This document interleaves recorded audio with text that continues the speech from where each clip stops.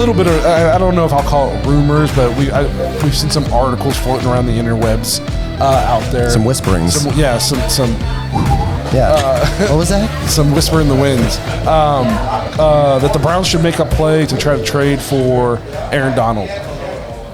What say ye? What does that look like? What does that look like for us? What are we giving up? So here's what's the next year we have first? Yeah, well, I think if you do it, you probably you don't have a first next year. I think it's going to probably cost 2, right? You would. I mean, he's like 32, 33, but he's still a generational, easy. I would say coming off injury a little bit though. Top 3 defensive player in the NFL. Easy if he's healthy. Yeah. Easy if he's healthy. Here's my problem. So it sounds really cool, right? It sounds great. Man, can you imagine Myles Garrett with Aaron Donald? Man, we would be league records.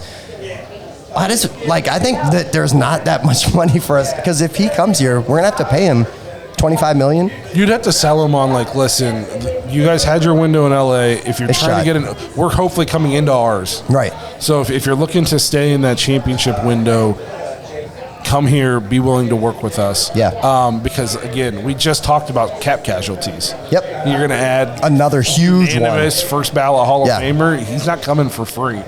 You know. Yeah. He'd be, I think, like second or third highest player on the team, and we're already way over. Could you imagine though? I know. Myles Garrett. I mean, I already like our defensive line now with just the pieces we added in the offseason and through the draft. Could you imagine Myles Garrett, Donald, and then like Obo on the outside? Who else do we get out there? Yeah, I know, bro. Zadarius Smith. Like, he's a big one. That's going to be a big part this year. Yeah, you know what I mean? Like, it's just... No, I can't imagine it. That's right, John. I'm with you 100%. I just don't see it. Donald and Garrett on the same defense is stupid. This is one of those things where when we are trying to come up with topics throughout the week or 2 minutes before the show, you guys decide which ones we do.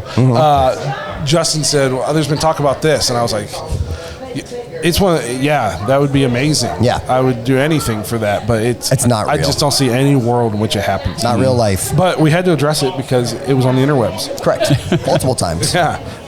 But what do you guys think? Do you sell your whatever you got left to try to make that move? I guess the way I would look at it is, if you think you're on the verge and you think getting him pushes you over that edge, then you find a way to do it. If you're the Browns and you think, hey, this team would be Super Bowl bound with him on it, do they roster everything for like the next 5 to 10 years for one shot? Would you, as a fan, as a Browns fan, I would say yes, but just knowing what those next 5 to 10, I've already lived those. I don't know. If you give me a Super Bowl, count me in. Yes. But not for the chance. For a guaranteed Super Bowl, I would do 50 years. We've already done that. Right. But for the chance, I don't know about 10 years, man. Before the Cavs got good again here, you know what made like the previous 5 years like, whatever? I was on championship high still. I still had dreams of MGK going down Euclid. Again. My birthday, I spent in Cleveland celebrating a championship. It's a great birthday. It was on my birthday. Yeah. So it was one of the best memories. I could deal with a few years of rebuilding if it meant I'm in another Super Bowl parade for the Browns in Cleveland. But I feel like basketball and football, it's not apples to apples. Well, one, in basketball, I feel like if you have LeBron James, you have a very good chance of winning a championship. Correct. Especially when he was still in his prime. Essentially, football it's such a team sport. It does. I mean, Patrick Mahomes. If it wasn't Patrick, the Chiefs would win every single year. You know what I mean? Yeah. So it's just.